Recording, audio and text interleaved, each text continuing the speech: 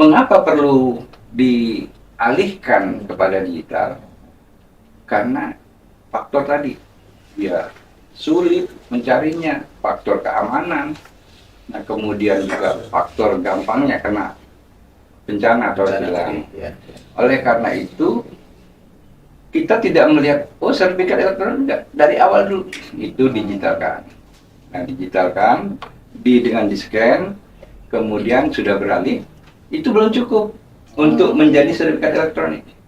Oh, maksudnya sertifikat yang manual sudah ada, kemudian di-scan, itu belum cukup ya? Belum cukup. Jadi bukan sertifikatnya saja, dokumen yang lain juga, semua buku tanahnya yang ada di kantor, kemudian marka-marka yang mendukung, di-scan, itu belum bisa langsung menjadi sertifikat elektronik.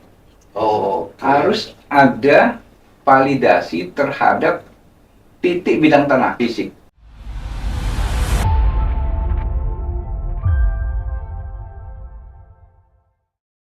Assalamualaikum warahmatullahi wabarakatuh. Jumpa lagi dengan saya Dwi di podcast Universitas Nusa Bangsa, Kampus Merah Putih, Nusa Bangsa, Solusi. WNB Lovers, baru-baru ini viral bahwa sertifikat elektronik merupakan rencana jahat mafia tanah menghapus sertifikat milik rakyat. Kita saksikan dulu video berikut ini. Tanah bisa dirampas negara kalau nggak dijadikan sertifikat elektronik. Ini seriusan? Iya beneran, kita emang dipaksa untuk beralih ke sertifikat elektronik dan kita harus menolak ini. Kenapa ditolak? Bukannya bagus data disimpan secara digital? Justru digital itu tempat yang paling tidak aman. Ada banyak kejadian pemerintah nggak beres ngurusin data digital. Ingat kebocoran data KPU, NPWP, Pusat Data Nasional, paspor? Bukannya sertifikat elektronik itu mempermudah akses? Mempermudah akses untuk siapa? Ya untuk kita lah, kan gampang tinggal cek aplikasi Sentuh Tanahku. Omong kosong, sertifikat digital itu cuma mempermudah akses untuk mafia tanah. Betul juga ya, sekarang kan sertifikat cuma selembar. Kalau sistemnya error dan datanya dihapus, kita nggak punya bukti kuat bahwa tanah itu milik kita. Pemerintah lebih gampang menggusur kita. Mereka paling cuma bilang, sorry ye, kamu nggak punya data. Sorry ye, pemerintah nggak bisa bantu. Jadi siapa yang diuntungkan dengan sertifikat digital? Mafia tanah, pemerintah, dan developer besar. Nah, karena mereka bekerja sama membangun proyek besar. Menggusur akan jauh lebih mudah kalau sertifikat sudah digital. Tinggal tekan delete untuk mengusir pemilik tanah. Oh, itu alasannya. Pantesan kita nggak dikasih lagi sertifikat lengkap. Sebetulnya ini bagian dari digitalisasi total dan inisiasi The Great Reset. Tanah, properti, dan semua aset akan dikendalikan lewat sistem digital. Datanya bisa dimanipulasi, diblokir, atau diambil alih hanya dengan satu klik. Setelah Great Reset, kita nggak bisa lagi dong punya tanah sendiri. Nggak ada lagi SHM.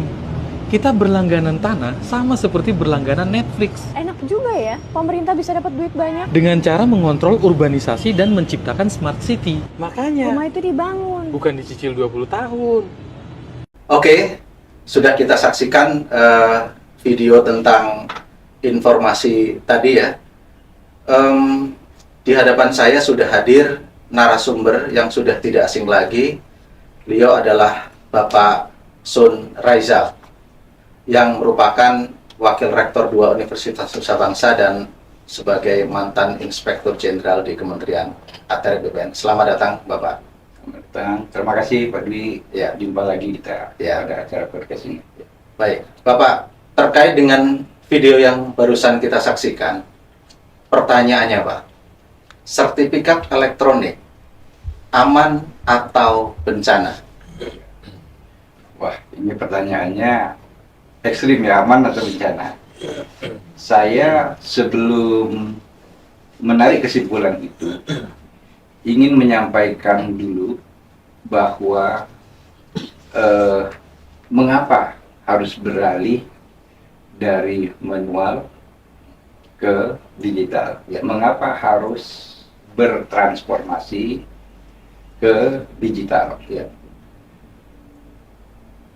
Kita melihat video tadi itu berarti melihat kepada pelayanan di bidang pertanahan di Kementerian ATR BPN. Kalau melihat pelayanan di ATR BPN, kita tidak melihat di ujungnya sertifikat, tapi kita melihat bagaimana proses sertifikat itu jadi. Oke. Untuk jadi sertifikat itu ada dokumen-dokumen Ya. yang dikumpulkan, kemudian diproses. Nanti dari proses itu ada surat ukur, ada peta bidang, Ya. kemudian ada hasil sidang lapangan, Ya. kemudian keluar SK baru jadi sertifikat. Oke. Itu satu permohonan. Satu permohonan. Ya.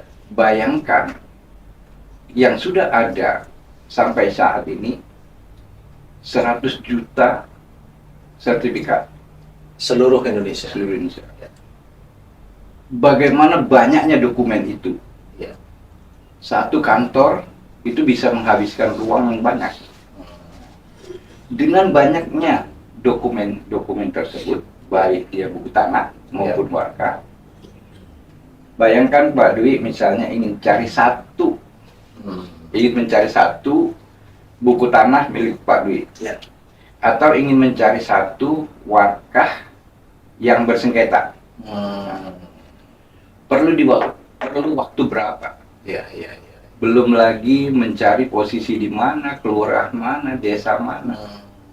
Ini akan menghabiskan waktu. Ya. Belum tentu ketemu juga. Ya. Nah, oleh karena itu, dengan sulitnya tadi mencari dan sulitnya juga pengamanan, maka ya timbul ide-ide untuk melakukan transformasi